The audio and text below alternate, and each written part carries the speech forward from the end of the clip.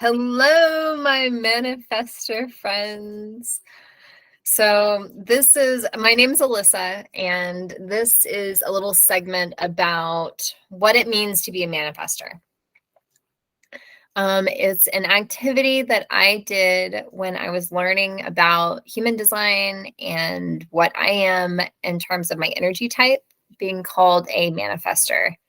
And the perfectionist in me, this screen, cool, let it go, surrender, girl.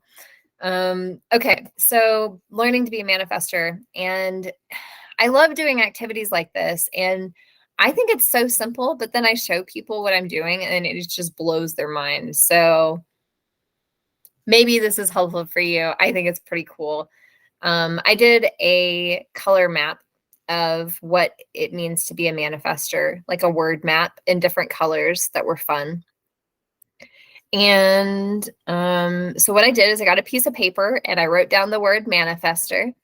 And then I started picking up all my different books on human design and looking at different websites and just learning about what it is to be a manifestor and what different people say about what the manifestor type presents as to people, what it can mean for your life if you have manifestor in your chart, and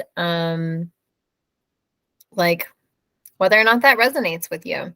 When I first learned that I am what they call a manifestor, I felt so heard. Oh my gosh. I have no desire to be seen, frankly. So when people say I want to be seen and heard, like, I could take it or leave it with the seen part, but I love being heard. And I have not experienced that feeling as much in my life as I would have liked. And I didn't know how to create the experiences where I felt heard. Frankly, other than leaving the environment and finding a new group of people that were willing to listen at some point. Because I changed a lot in my life, and being accepted is not as important to me as truth and new things and new discoveries. And like the things that we don't know about are more interesting to me than the things that we do know about. And that also shows up in my chart in some really beautiful ways. Definitely have that mystery gate. Bigfoot aficionado over here. Anyways, being a manifestor was learning that I was what they call a manifestor. It was really empowering for me. And so I want to share that experience with other people in case they're missing out on this information that helps you reframe your experience so that you can give yourself permission to operate differently than other people in your life to achieve your version of success that they will never understand, ever. And that's not their job. It's not their job to understand manifestors. It's their job to do whatever it is their job is. And to love us manifestors anyways, and to be part of the system that works with manifestors, but doesn't necessarily mean that they are going to guide or control our activities. So anyways, I am going to show you my little word map. So I encourage you to do the same thing. It's easy. Learn about what a manifestor is. Write it down on a piece of paper.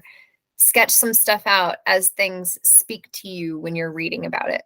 And then share it with other people and tell them what you resonate with in your manifestorness. So I'll share some of mine. And it's things like the strategy for manifestors is to inform. And then I said before action, because a lot of people like to learn about manifestor brains, but that may or may not be information they should be privy to. So the best way that we can create a smooth runway for launching our manifestations is by informing the people who are standing on the runway You don't need to tell the rest of the people in the town. You just need to tell the people that are standing on the runway so they don't get squashed by the plane when it arrives. I've heard a couple of metaphors and I literally just made that one up. I think it's because I'm in the sky on this background. I feel like I'm flying planes. Yep. So if you inform people about things before you do things that are going to impact them, even if it's like what seems like something they wouldn't mind, like they still want to know. And so if you tell them, then when you do the thing to like land the plane, not only are they not fazed by it, but they feel like they were part of the inside crew that was expecting it, and they feel special and important. That's one thing that I haven't learned about as much in human design, but I can tell you in my personal life and my experiences, because I am lucky that I learned to inform before I came across human design. I've made it really far in life because I've informed the right people before I pulled the trigger or dropped the lever or whatever.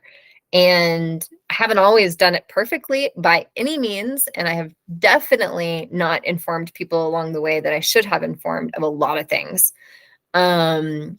that I'm now even discovering and seeing and reflecting on. But I have a little bit of a leg up because I've been doing it for a while as a manifestor.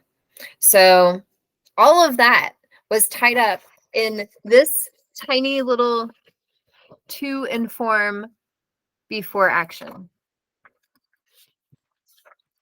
So all of that was in those words, because words are powerful, right? These are manifestations of our manifestations. Every time you write something, every time something comes out of your mouth, every time, this is logos. I'll talk about logos at some point, but it's an ancient Greek term that we don't have a translation for. In English, we call it word. The Christian and Jewish interpretation is the word of God, which is closer to the manifestation that we're talking about. I mean, same thing, just whatever you call it, but it's manifesting. When you speak it, when you write it, when you think it. So it goes faster when you speak it and when you write it than when you think it. But when you think it, it's still manifesting. There's a heck of a delay, so it's hard to tell what's being manifested when you're operating like that. But anyways, so the next one is needs 100% freedom. Oh, just saying that felt so good. Needs 100% freedom.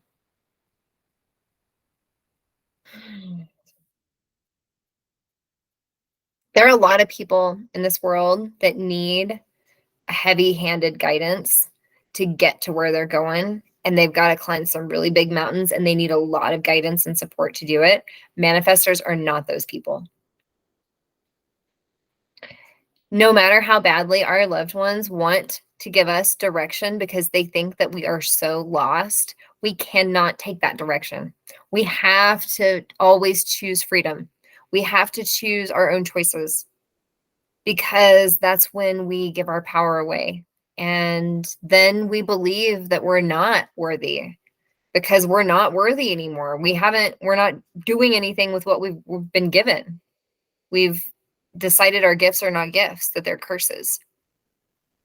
And so by ensuring that we get to continue to experience that freedom, manifestors can continue to manifest.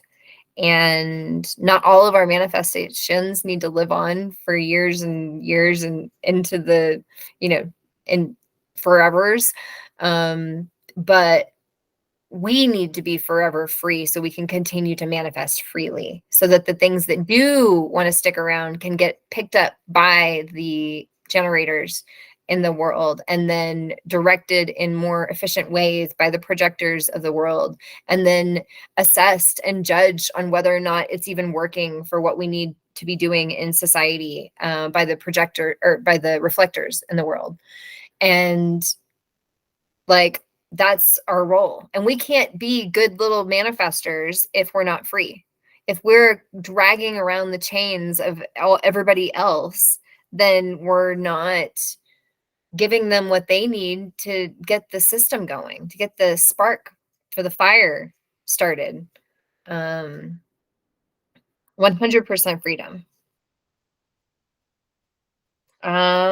Need to talk through experiences. This is a big one for me.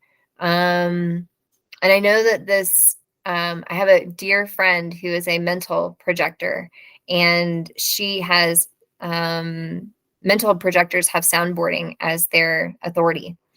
And so she has to talk through experiences, so that she can hear herself say things out loud so she can decide what she thinks about it. And I really relate to her a lot in that way. This is slightly different, but very similar. Same river. um, Need to talk through experiences. And I find myself telling people things that they have no business knowing because I just need to talk it out. And I've done this with my husband. Oh, my poor husband. Um, I remember at one point during COVID, after we had moved to a new state and still didn't have new friends and stuff established, and I was telling him everything. He was my everything for everything. And there was this one point, and he was just like, I need you to have friends. I'm like, how can we fix this? Because I can't go on being your everything for mental processing. And I have so much processing up here. Oh my gosh, you just don't even know. And people are jealous of it, but it has been a curse in my life because I haven't known how to turn this off and to say the right things to the right people, and et cetera, et cetera. So needing to talk through experiences in order to process what you're experiencing is definitely true for me. Is that true for you? If you have your human design chart and it says you're a manifestor, is that something that resonates with you? Okay, here's another one that I'm going to quickly throw out and then run past because I'm just not sure that I'm even ready to face it. But the reality is that it does resonate with me. And it doesn't happen very often anymore, but every once in a while I get signals from somebody that I clearly was not intending. And it's not them being weird. It's them picking up on something that I'm putting out there. And they're just like, are you sure? So I'd love to hear more about what other people have experienced in this in a healthy way. Like, go easy on me, internet people. But it's about having confusing sexual energy. So, like, being a manifestor is sexy. I did just have a thought that for some reason, everybody tells everybody else to go out and manifest things. And I've heard people talk about this concept, and it's definitely true in the world, where if things aren't working out for you, people are like, just go get a job, just go do the thing, just get out there and make it happen. And when you learn about human design, you learn that that's not good advice for most people, because most people are not manifestors. Most people can't just get out there and go make it happen like a manifestor can.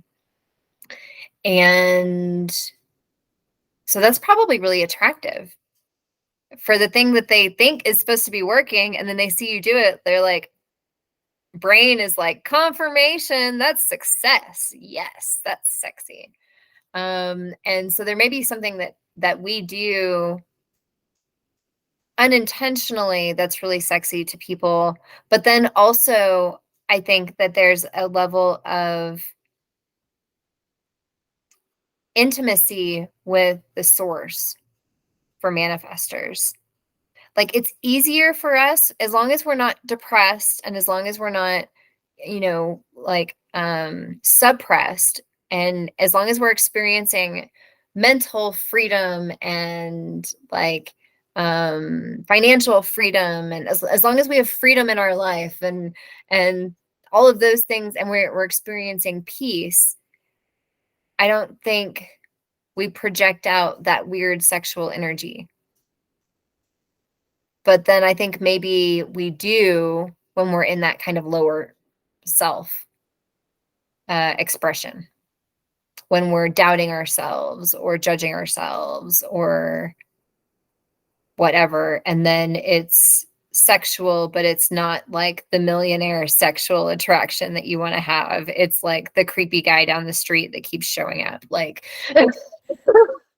like yeah, that makes sense, actually, now that I just kind of processed through that. And then there are times when we dip down that people may pick up on something that they're like, were you hitting on me? But there you weren't. No. Okay, so that's another thing. The other thing I wanted to talk about that was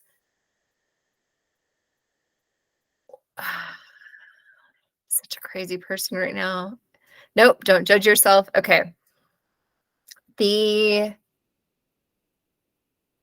process of releasing your fears and no longer judging yourself and honoring where your parents came from and just understanding that they did the best they can, even in situations where, it wasn't perfect, because it never is. Like, going through that process, you go inward in this inner work process. And if you weren't a weirdo before you started this, you really will be a weirdo by the time you get out the other end of it. Because the inner workings of the human mind are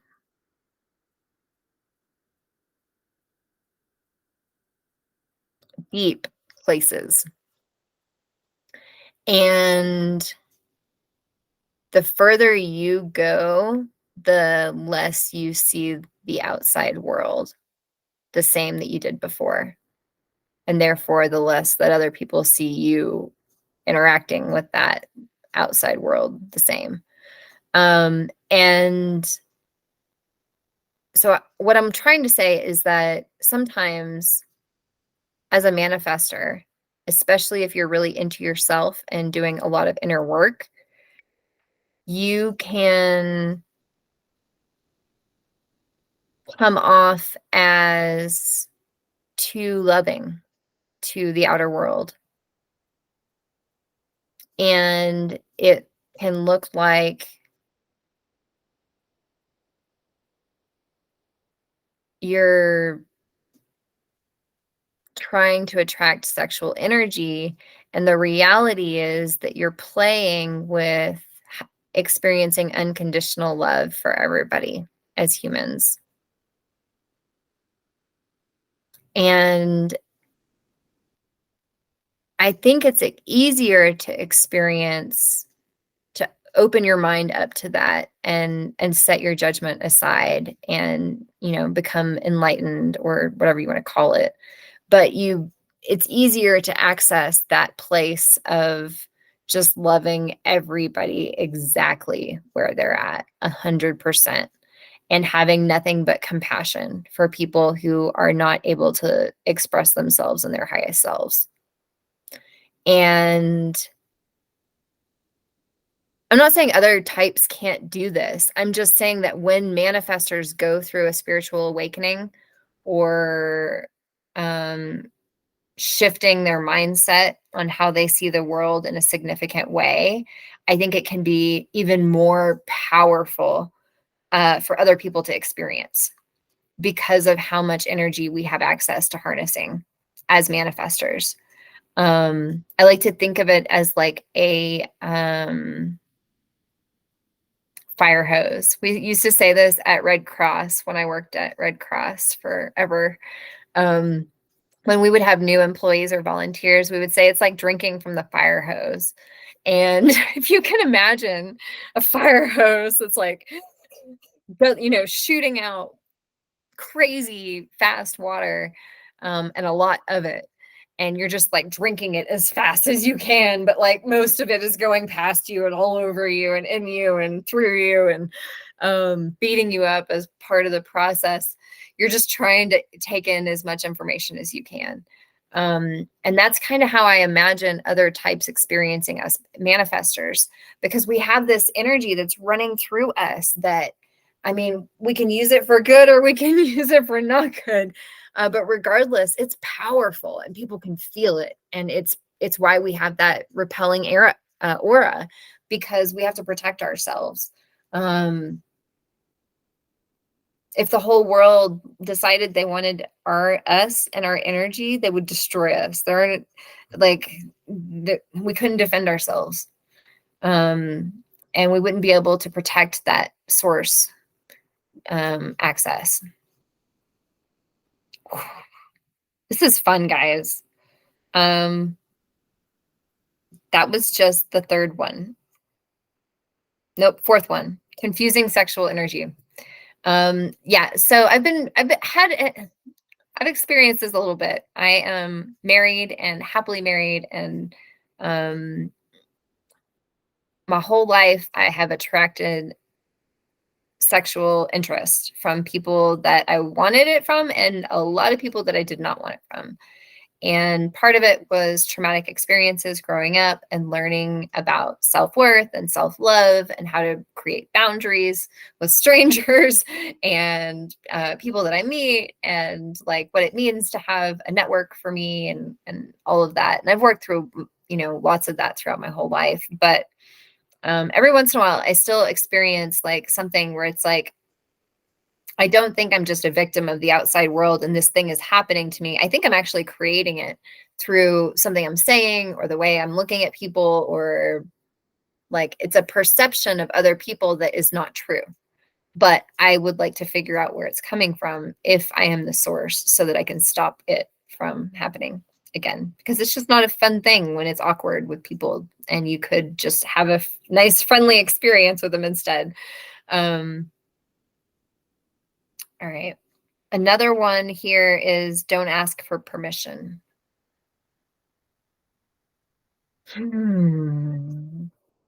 As a female, this is also tough, but I didn't realize it. I've considered myself a very powerful female my whole life and would have never acknowledged that I was asking for permission to live my life every day. But after the inner work that I've done recently, I realized that I have been asking permission from the outside world to exist. And that is unfortunate because I know I have a lot to offer as a human being, regardless of what I could do in this world or how much resources I could generate or anything. Like, I know that. And that part of my knowingness was just disconnected from a part of me that was asking for permission for things to be answered and for me to get answers to things that I have no business getting answers to, and life aspects that I have no business controlling and don't need the answers to control. So that one definitely speaks to me in my manifestorness. And I attribute human design to helping me really get out of asking for permission. I've taken back a lot of personal authority, financial authority, professional authority in the last 6 months, especially. And I've really reframed the way that I see the world in terms of opportunities for me and my family and my future in a really significant way. Coming out of a major midlife crisis across the board. So I am really proud of myself. And I'm grateful to human design for teaching me about what it means to be a manifester, because this is just one other way that I am continuing to empower myself and reject negative beliefs and controlling behaviors from people who don't get to do that anymore. Okay, so more. This one feeds right into it. Not to be controlled. Can you see a theme? I have one that says, we propose. I proposed to my husband. How many manifestor women out there proposed to their partners? How many manifestor men out there proposed to their partners? I mean, it's kind of typical for a guy to propose, but not as much for a woman too. So I'm really interested in how many women manifestors out there have proposed to their partners. Making a big impact. That's what manifestors do. We love making a big impact. We don't want to do things that aren't going to make a big impact. Oftentimes, we're okay with it making a big bad impact as long as it makes an impact. We want our work to be seen, but we don't want to be seen. That's something else I've resonated with. Does that resonate with you? Where you want like what you've done to be recognized and you want people to associate that with you, but you don't want to be standing in the middle of the room being the thing that everybody's looking at all the time, especially. How's that feel for you?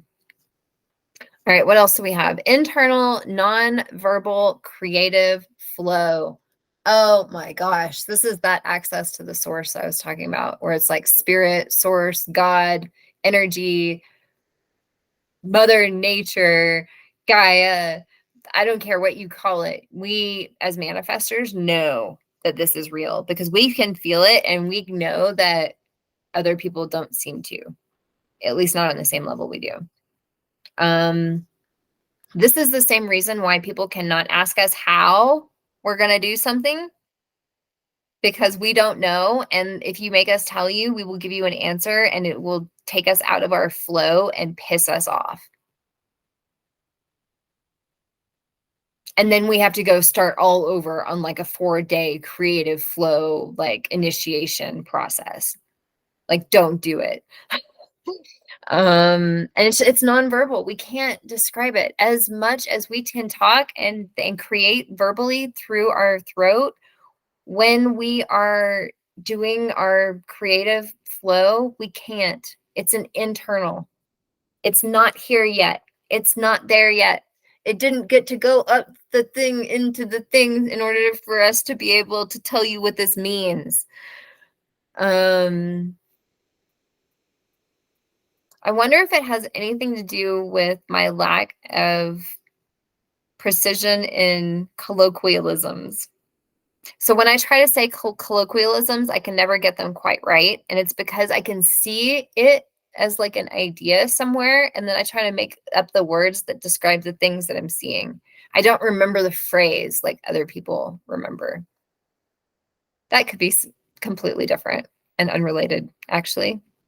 All right, moving on. The initiator. Ooh, this one's deep. Okay.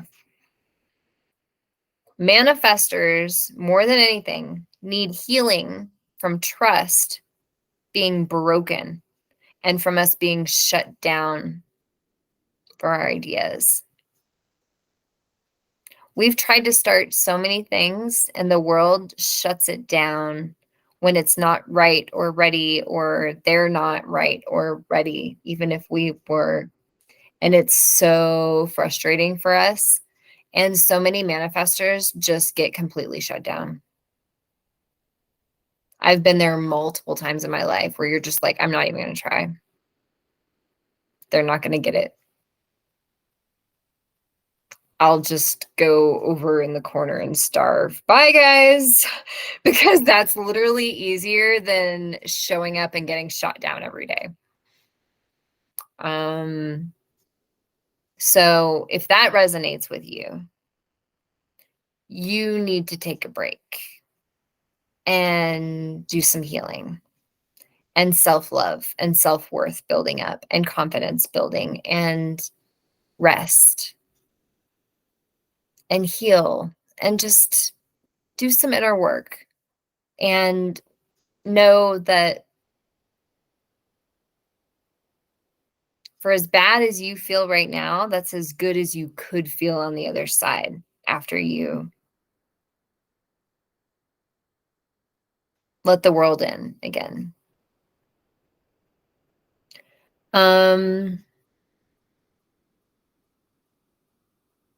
We are also, as manifestors, easily influenced. I know I'm especially easily influenced. I do also have an open head, which is not required in order to be a manifestor. But if you're a manifestor with an open head, I'm starting to see that maybe we're extra easily influenced. And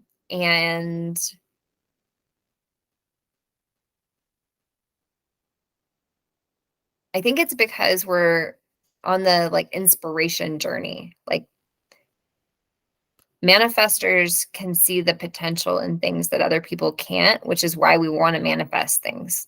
We want to make them better. We want to create the better version of it. We want to do a new prototype. We want to,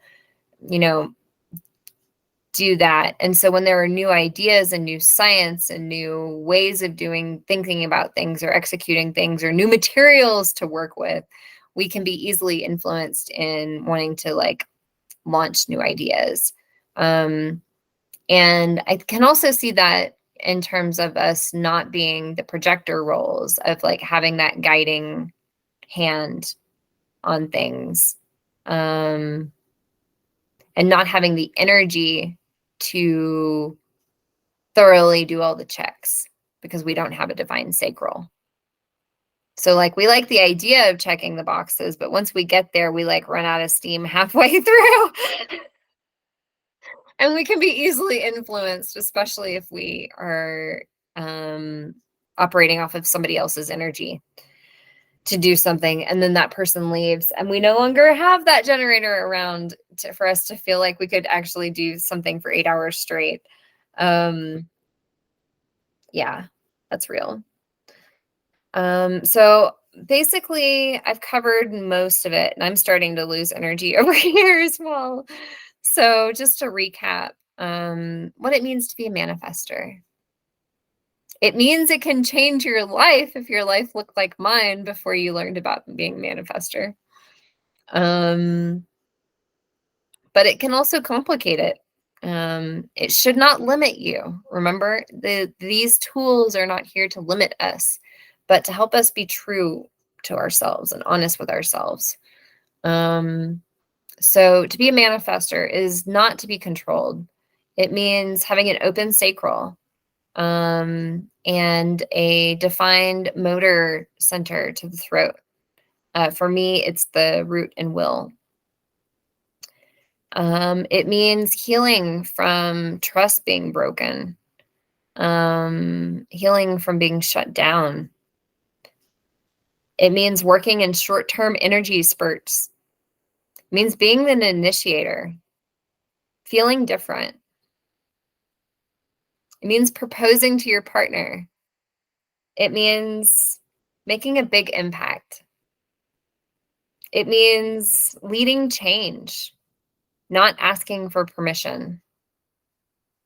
Probably not having a 9-to-5 job. It means needing to talk through experiences, needing 100% freedom. It means honoring your internal nonverbal creative flow. It means acting on your internal spark. It means knowing that you're easily influenced and remembering to inform, to grease your runways. And for me, it means lighting fires. I remember hearing lighting fires when I first learned about manifestors. And I have lit so many fires in my life. It's also recognizing that not all of those fires are supposed to continually burn, and allowing the right fires to continually burn in your life as a manifestor is going to be the key to having enough energy to do the things that you need to do and that you want to do to reach the goals that you know that you can achieve. So go do your own little manifestor page that talks about what it means for you to be a manifestor. Enjoy.